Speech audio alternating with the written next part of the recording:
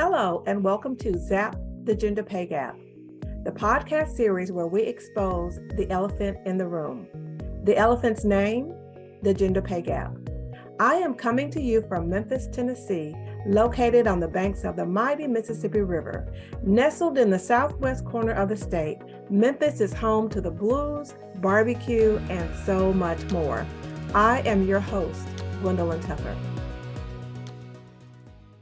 Thank you so very much for joining me for this episode of Zap the Gender Pay Gap. I am your host, Gwendolyn Tucker. I created this podcast series to do three things. One, to expose the elephant in the room, to make it visible by uncovering it and revealing its true nature. Two, to disclose some pertinent facts about this elephant that may have been previously unknown to you.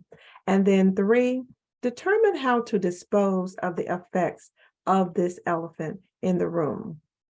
Now, there's a 50-50 chance that you are a woman in the workplace. And even if you're not, you probably know someone who is. In previous episodes, I disclosed some facts about this elephant in the room, facts that are pretty alarming to me. And I take a guess that they are probably alarming to you as well. Facts about this elephant called the gender pay gap. I call it the elephant in the room because most people tend to avoid talking about it, but not me. I'm shining a bright light on this elephant. Now, in previous episodes, I've shared some bad news, such as the 5 alarming facts about the gender pay gap. Fact number 1 is that the female to male earnings ratio is 82%, which means the gap is 18%. Number 2, the pay gap varies by age. As women mature, the pay gap gets wider. Number 3, the pay gap is larger for women of color. Number 4, the gender pay gap varies by state. And number 5, the gender pay gap varies widely by occupation. Now, in addition to these 5 alarming facts, the gender pay gap has some very harmful effects. According to the American Association of University Women, who I lovingly call the AAUW, no matter how you slice and dice it, the gender pay gap is real. It is persistent and harmful to a woman's financial well-being, not only to her annual earnings, but also the gender pay gap contributes to a woman's wealth gap. It makes it difficult for women to amass savings, to build wealth, and achieve economic security.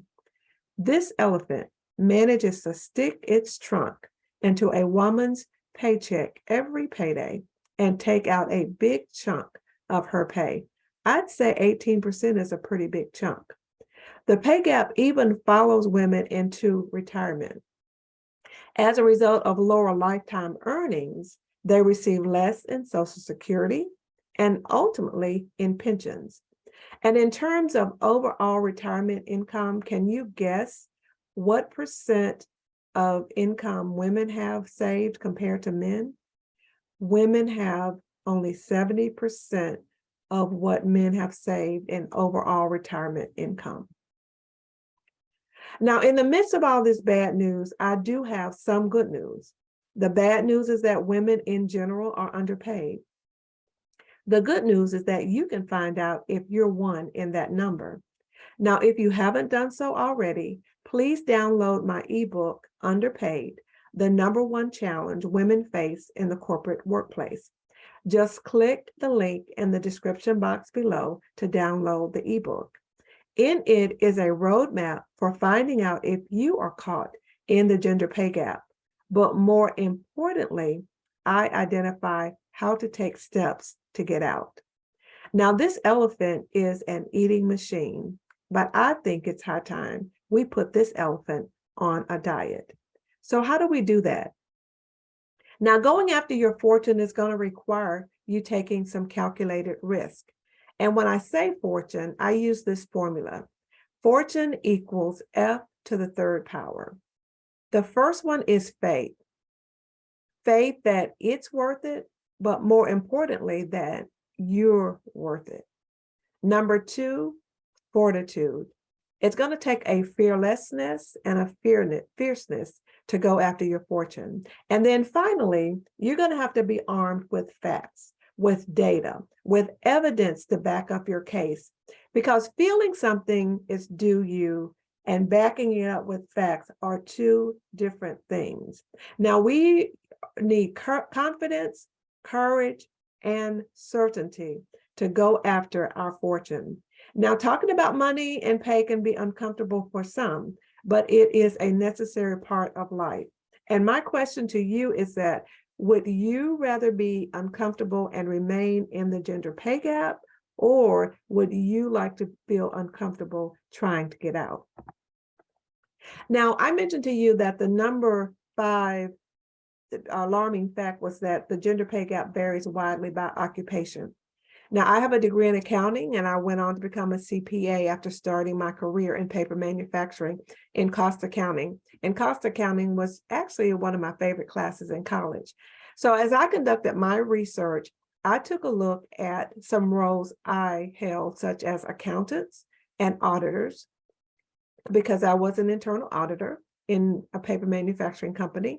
And then I also was a financial manager. So I took a look at these roles and what the gender pay gap is for these. And you will do the same for you. You will take a look at what the gender pay gap is for your occupation and profession. And I will tell you, I could not believe what I saw. Now, keep in mind that this is across all industries. Accountants and auditors, the female to male earnings ratio for accountants and auditors was, guess what?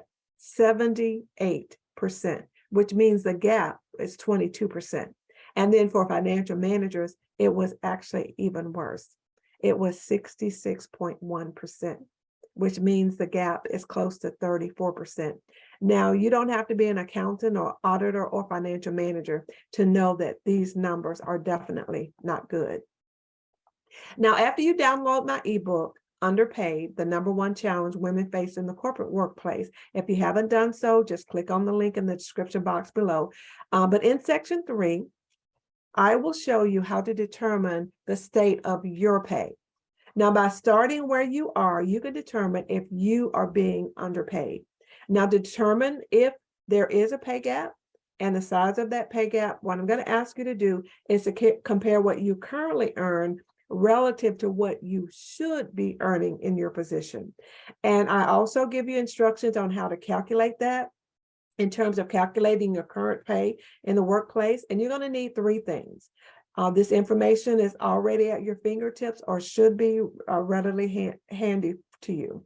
You're going to need your job or pay grade, because every job or pay grade also has a pay range. You're going to have a low and a high in terms of a pay scale. And then you're also going to need your annual salary.